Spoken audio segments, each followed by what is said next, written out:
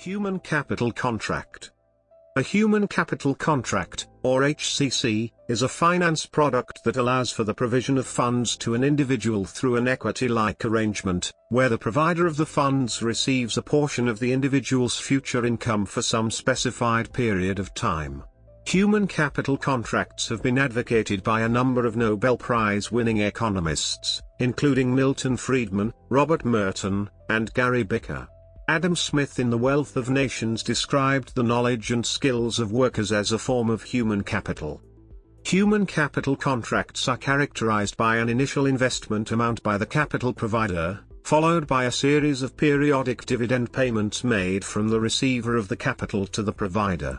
These payments are variable in amount, proportional with the capital receiver's income, and may never total the initial investment amount made the capital provider. In contrast, a loan is a form of debt, characterized by interest payments based on a fixed principal amount, where the repayment of the principal is a necessary condition of the loan. In the 1970s, Yale University attempted to replace traditional student loans with human capital contracts under its tuition postponement option, a program designed by economists Milton Friedman and James Tobin. However, the program was eventually abandoned as a failure. Other attempts to use human capital contracts, or student loans with equity-like payoffs, to fund students, have also generally failed because of severe adverse selection problems. Students who opt into such programs are generally those who expect to pursue low-income careers, and are least likely to be able to repay their loans. In addition, human capital contracts, like income taxes, can contribute to moral hazard, by discouraging borrowers from maximizing their income and encouraging them instead to focus on non-wage-based forms of compensation, such as more enjoyable work, better benefits, or lighter schedules.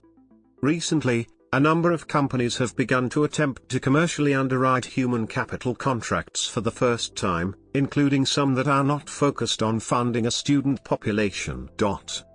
Anand Reddy and Andreas Thyssen, of the University of Colorado School of Medicine, proposed the use of human capital contracts to fund U.S. medical education in their article in the Huffington Post entitled Healthcare Reform: Solving the Medical Student Debt Crisis Through Human Capital Contracts.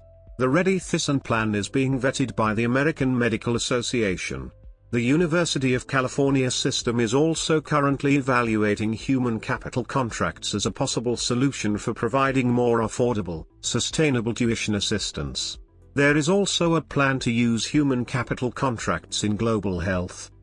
In comparing the merits of human capital contracts with loans, proponents have noted that providers of HCCs are better aligned with the financial interests of the receiver of the funds, and the stream of payments required should be relatively more affordable to individuals who experience adverse economic events such as unemployment or other decreases in disposable income.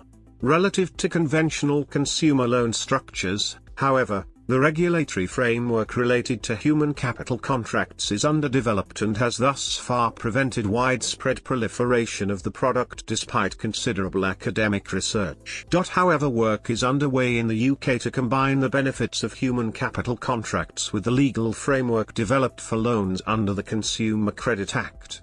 It is estimated that this will improve both borrowing costs and returns by lowering the default rate.